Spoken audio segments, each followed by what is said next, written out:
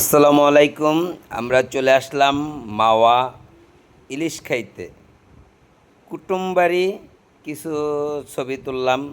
ছবির সিনগুলো খুব সুন্দর। তারপরে ইলিশ মাছ দেখলাম, ইলিশ মাছ করলো, ভাজলো। এই যে ইলিশ মাছগুলো ভাজা হচ্ছে, খুব যত্ন সহকারে সরিষার তেল দিয়ে ইলিশ মাছগুলো ভাজা হচ্ছে। তারপরে দুইটা ইলিশ মাছ নিলাম, দুইটা ইলিশ মাছের ডিমও আছে। এই যে লেঞ্জা মাথা দিয়ে ওনারা খুব যত্ন সহকারে ইলিশ মাছের লেজা মাথা ভর্তা করতেছে।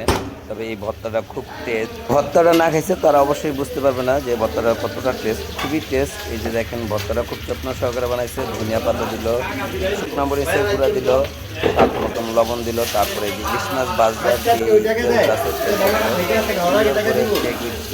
ভর্তাটা বানাইতেছে খুব যত্ন সহকারে।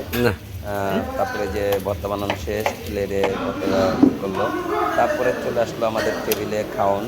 এই যে ইলিশ মাছ ভাজাগুলো, রেসিপিটা খুব সুন্দরভাবে সাজানো আছে। তারপরে ডাল। এই যে আমরা সবাই খাওয়ার আগ মুহূর্তে একটা সেলফি নিলাম। সবাই অবশ্যই এরকম বন্ধুবান্ধব নিয়ে পদ্মায় আসবেন ইলিশ খাওয়ার জন্য। আল্লাহ হাফেজ, আসসালামু আলাইকুম।